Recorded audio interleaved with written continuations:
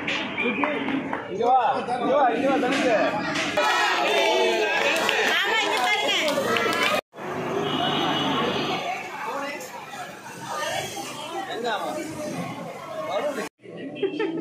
என்ன சொல்றா? என்ன சொல்ற?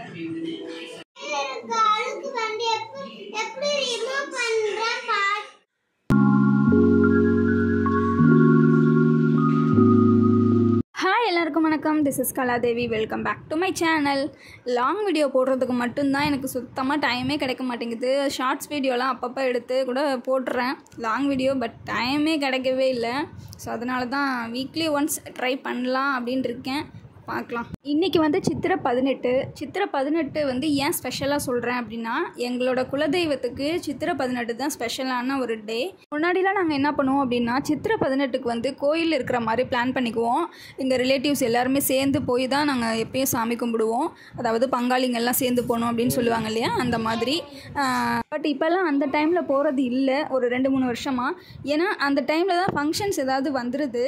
ஸோ அதனாலேயும் ஸ்கிப் பண்ணிக்கிறோம். அண்டு ரொம்ப ரஷ்ஷாக இருக்கும். நமக்கு கோயில் வந்து ரொம்ப ரஷ்ஷாக இருக்கும். அதனால சாமியும் நல்லா நிம்மதியாக பார்க்க முடியாது. அதை விட எங்களோட ஃபேமிலி கூட்டமே கொஞ்சம் நிறையா இருக்கும். அதனால் நாங்கள் ஃப்ரீயாக இருக்கணும், நாங்கள் நல்லா என்ஜாய் பண்ணிட்டு வரணும் அப்படின்னு தான் மெயினாக கோயிலுக்கு போவோம். ஸோ அதனால் நாங்களும் கொஞ்சம் தள்ளி பிளான் பண்ணிக்குவோம்.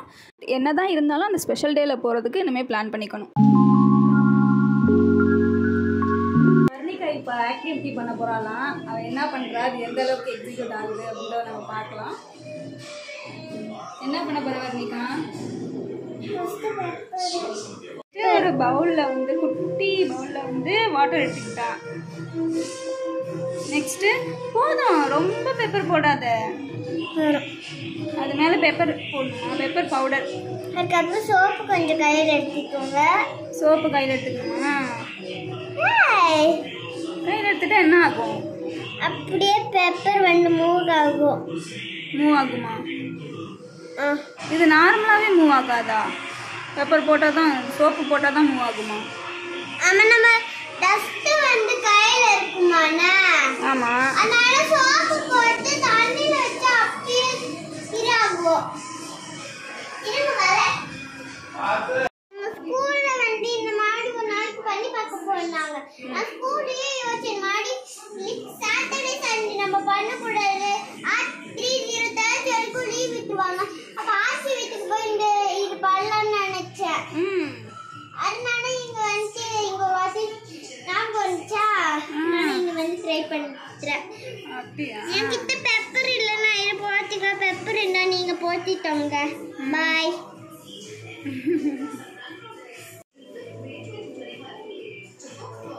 ஏதோ ஆக்டிவிட்டி பண்ணுறேன் அப்படின்னு சொல்லிட்டு பெப்பர் வச்சு பண்ணுறா.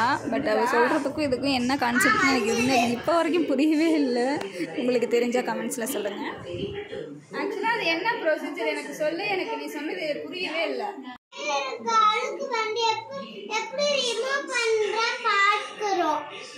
கையில் உள்ள அழுக்க எப்படி ரிமூவ் பண்ணணும்னு பார்க்குறோமா? ஆமாம், கையில் நம்ம மண்ணெல்லாம் தொட்ட அழுக்கு இருக்குமா, அப்படியே சாப்பிட்டு நம்ம உடம்புக்குள்ள போயிருமான. அதனால இது வந்து உங்களுக்கு ஒரு ஆக்டிவிட்டி இருந்து என் புக்கு மாட்டேன். என்ன சொல்கிறா? என்ன சொல்ற? ஏதோ புக் எடுத்துருக்கா?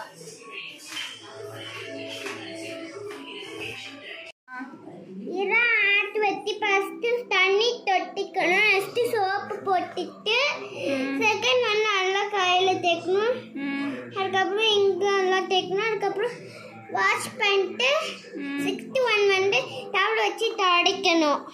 இது என்ன பெப்பர் ஆக்டிவிட்டியா? இது உன்னோட ஹேண்ட்ஸ் வந்து எப்படி ப்ராப்பராக வாஷ் பண்ணணும் அப்படின்றது. இதில் ஃபஸ்ட்டு ஸ்டெப் என்ன? ஃபஸ்ட்டு ரின்ஸ் பண்ண சொல்லியிருக்காங்களா? செகண்ட் ஸ்டெப்பு வெட் ஹேண்ட்ஸை க்ளோஸ் டேப்பா? அது கை ஈரமானதுக்கப்புறம் டேப்பை க்ளோஸ் பண்ணிக்க சொல்லியிருக்காங்களா? தேர்ட் ஸ்டெப் என்ன? ரப் பாம் டு பாம், அதாவது 2 உள்ளங்கையும் நல்லா படுற மாதிரி தேய்க்கணும்னு சொல்லியிருக்காங்களா? ஃபோர்த் ஸ்டெப் என்ன? Scrub wrist and under the finger nails, நம்ம நகத்துலலாம் நல்லா படுற மாதிரி, ரிஸ்ட்லலாம் படுற மாதிரி நல்லா தேய்க்கணும் அப்படின்னு சொல்லியிருக்காங்க. ஃபிஃப்த் ஒன் என்னது? எங்கே இருக்கு ஃபிஃப்த்து? இங்கே பர்பிள் கலர். ஓ, இதுதான் வெட் ஹேண்ட்ஸ் தான் ஃபிஃப்த்தா? ஓகே ஓகே, சரி. வெட் ஹேண்ட்ஸ் வந்து க்ளோஸ் டேப்பா? நான் செகண்ட் சொல்லிட்டேன், சாரி. ஃபிஃப்த்து தான் நமக்கு அந்த கை ஈரமானதுக்கப்புறம் டேப்பை க்ளோஸ் பண்ணணும். Next sixth guide turn off tape guide and dry. டேப்பை நல்லா க்ளோஸ் பண்ணிவிட்டு ட்ரை பண்ணணும். இதுதான் ஒரு ப்ராப்பரான ஹேண்ட் வாஷ்க்கு யூஸ்ஃபுல்லாக ஆகும். ஓகே, நீ வாஷ் பண்ணுவியா? இந்த மாதிரி நல்லா வாஷ் பண்ணிகிட்டே இருப்பேன். இன்றைக்கி ஈவினிங் வந்து கிட்ஸ் ப்ளே ஏரியாவுக்கு வர்ணிகா கூட்டிகிட்டு போக சொல்லியிருந்தான். என் ஹஸ்பண்ட் ரெகுலராக பேட்மிண்டன் விளையாடுவாங்க. ஸோ அவங்க ஃபஸ்ட் ஃப்ளோரில் விளையாடுவாங்க, கிரவுண்ட் ஃப்ளோரில் வந்து கிட்ஸ் ஏரியா இருக்குது. ஸோ அங்கே கூட்டிகிட்டு போயிருந்தோம். நான் கீழே வர்ணிகாவுக்கு பார்த்துக்கிட்டு அவள் கூட விளையாடிட்டு அங்கே இருந்தேன். ஸோ என் ஹஸ்பண்ட் மேலே போயிட்டு 1 hour நாங்கள் 2 பேருமே டைம் ஸ்பெண்ட் பண்ணிவிட்டு வந்துட்டோம். 1 hour நல்லா வர்ணிகா பயங்கரமாக ஆட்டம் போட்டாங்க. அவள் செம்ம ஜாலியாக என்ஜாய் பண்ணிகிட்டு இருந்தாங்க. அந்த கிட்ஸ் ஏரியாலாம் பார்க்கும்போது நமக்கும் அங்கே போய் விளையாடலாம் அப்படின்ற மாதிரி அவ்வளோ எக்ஸைட்மெண்ட்டாக இருக்குது. செம்ம ஜாலியாக இருந்துச்சு பார்க்குறதுக்கு. மற்ற கிட்ஸ் எல்லாம் விளையாடும்போது நமக்கும் நம்ம அங்கே போய் ஏறி விளையாடலாமா அப்படின்லாம் தோணும். பட் நமக்கெலாம் அலோடு கிடையாதுங்க. ஆனால் செம்மையாக என்ஜாய் பண்ணிகிட்டு இருந்த அவளும் நானும் அதை பார்த்து என்ஜாய் பண்ணேன். எனக்கும் ரொம்ப ஈகராக இருந்தது. பால் தூக்கி அதில் போடு இதில் போடு அப்படின்னு சொல்லிட்டு அவள் கூட விளையாடிட்டு இருந்தேன்.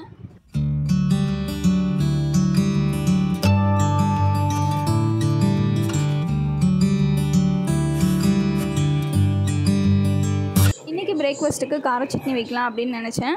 ஸோ அதுக்காக வெங்காயம்லாம் கட் பண்ணி ரெடி பண்ணிகிட்டு இருந்தேன். அண்ட் இன்றைக்கி வந்து மாவு காலி ஆயிடுச்சு வீட்டில். அதனால் மாவுக்கு ஊற போட்டிருந்தோம். ஸோ நான் தான் மாவு அரைச்சிட்டேன். ஃபுல்லாக அரைச்சி எடுத்தாச்சு. நாங்கள் மாவு அரைக்கிறது வந்து கரெக்டாக 1 வீக்குக்கு எங்களுக்கு ஸ்டே ஆகும். அதுக்கப்புறம் மறுபடியும் ஊற வச்சு அரைச்சிக்குவோம். ஸோ இப்போலாம் நல்லாவே மாவு அரைக்கிறதுக்கு கற்றுக்கிட்டேன். கல்யாணத்துக்கு அப்புறம்னு இல்லை, எனக்கு மாவு அரைக்கவே சுத்தமாக தெரியாத ஒரு வேலைன்னா அந்த வேலை தான். பட் இப்போ வந்து நல்லாவே கற்றுக்கிட்டேன். இப்போ நானே எல்லாத்தையுமே மேனேஜ் பண்ணிக்கிறேன்.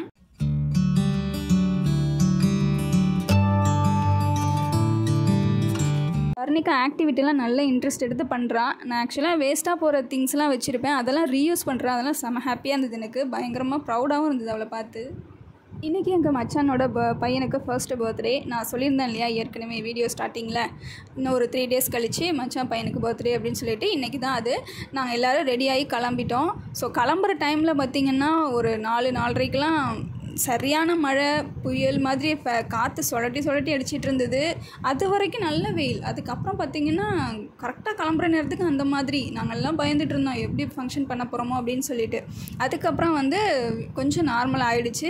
நல்ல வேளை ஃபங்க்ஷன் நல்லபடியாக முடிஞ்சிச்சு. அது வரைக்கும் எங்களுக்கு செம்ம ஹாப்பி.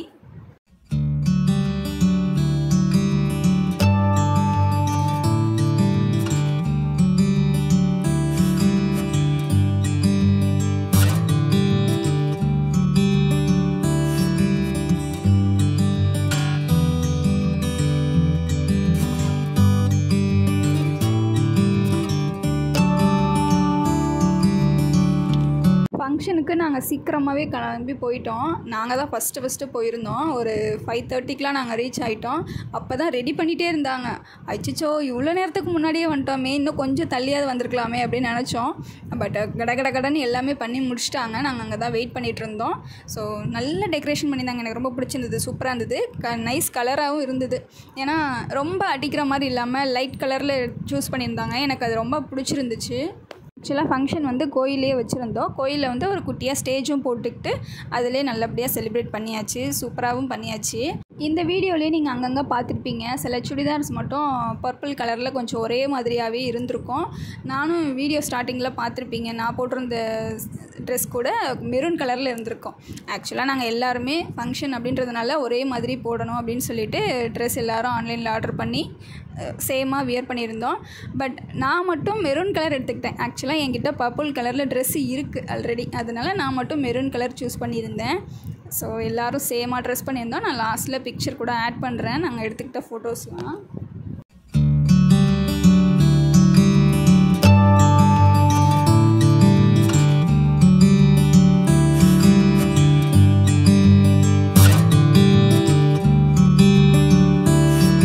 ஆக்சுவலாக ஃபங்க்ஷன் அப்படின்னு இந்த மாதிரிலாம் வச்சா தான் நம்ம ரிலேட்டிவ்ஸ் எல்லோரும் ஒன்றா சேர்ந்து இருக்க முடியும். நல்ல ஜாலியாக டைம் ஸ்பெண்ட் பண்ண முடியும், அவங்க கூட நல்ல மெமரிஸ் க்ரியேட் பண்ண முடியும். ஸோ அதனால் ஃபங்க்ஷன் எதுவும் இருந்தாலும் ஸ்கிப் பண்ணாமல் எல்லோரும் போங்க. இதெல்லாம் நமக்கு ரொம்ப ஒரு ஹாப்பியான மூமெண்ட்ஸ் லைஃப்பில். இதெல்லாம் நம்ம மிஸ் பண்ணவே கூடாது. இந்த மாதிரி ரிலேட்டிவ்ஸ் கூட இருக்கிறது, ஜாலியாக சேர்ந்து என்ஜாய் பண்ணுறது, இதெல்லாம் நம்மளுக்கு அவங்களுக்கு மட்டும் ஃபங்க்ஷன் வைக்கிறவங்களுக்கு மட்டும் மெமரிஸ் கிடையாது, நமக்கும் அங்கே மெமரிஸ் தான். ஸோ யாரும் ஸ்கிப் பண்ணாமல் ஃபங்க்ஷன் கிடைக்கும் போதெல்லாம் நல்லபடியாக அட்டன் பண்ணிவிட்டு ஜாலியாக எல்லோரும் கூடயும் சேர்ந்து என்ஜாய் பண்ணிவிட்டு வாங்க.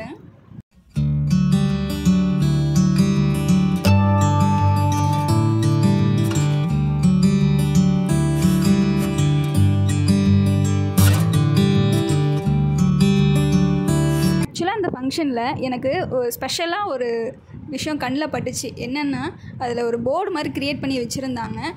ரொம்ப சிம்பிளாக இருந்தது, பட் ரொம்ப எலகெண்ட்டாக க்யூட்டாக இருந்தது. எனக்கு அது பார்க்குறதுக்கு இது ஒரு நல்ல க்ரியேட்டிவிட்டியான ஐடியாவாக இருக்கே அப்படின்னு தோணுச்சு. அதாவது அவரோட பேர் வந்து தனிஷ். அவரோட நேம் போட்டு அவருக்கு என்னென்னலாம் பிடிக்கும், அவருக்கு எத்தனை பல் இருக்குது, அவருக்கு பிடிச்ச ஃபுட் என்னது, அவரோட பிடிச்ச டாய்ஸ் என்னது, இந்த மாதிரியெல்லாம் எழுதி வச்சுருந்தாங்க.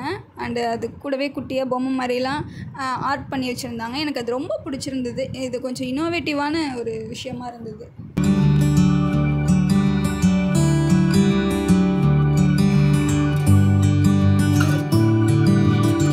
இதை விட சின்ன வயசில் இருக்கும்போதெல்லாம் குழந்தை எல்லாருக்கிட்டையும் நல்லா வருவான்.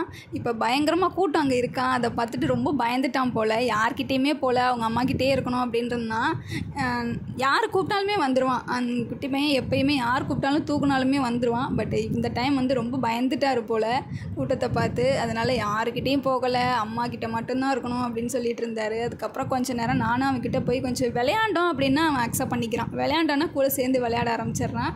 பட் தூக்குனாங்கன்னா வரவே மாட்டேன்ட்டான்.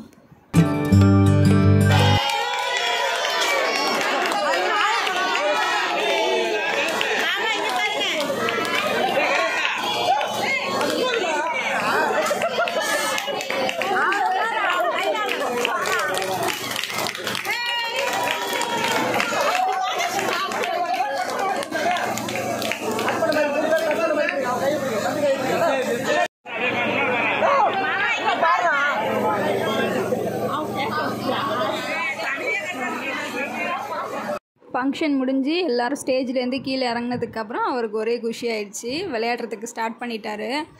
அதுக்கப்புறம் எல்லாருக்கிட்டையும் நல்லா சிரித்து விளையாடிட்டு இருந்தார். இங்கே ஃபங்க்ஷன்லாம் முடிச்சதுக்கப்புறமா நெக்ஸ்ட்டு இன்னொரு ஃபங்க்ஷன் எங்களுக்கு இருந்துச்சு. ஸோ அங்கேயும் போய் அட்டன் பண்ணிவிட்டு அங்கேயும் எல்லோரும் சேர்ந்து ஒன்றா ஜாலியாக உட்காந்து சாப்பிட்டுட்டு பேசிவிட்டு அதுக்கப்புறமா நாங்கள் வீட்டுக்கு கிளம்பிட்டோம். இந்த மேரேஜ் ஃபங்க்ஷனில் எல்லாேருக்கும் ரிட்டன் கிஃப்டாக மரக்கன்று கொடுத்துருந்தாங்க. ஸோ இது ரொம்ப ரொம்ப யூஸ்ஃபுல்லான ஒன்று. இது நமக்கு லைஃப் லாங் வந்து நமக்கு ஒரு நல்ல பலனை தரக்கூடியது. ஸோ எல்லோரும் இதையே ஃபாலோ பண்ணிக்கலாம்.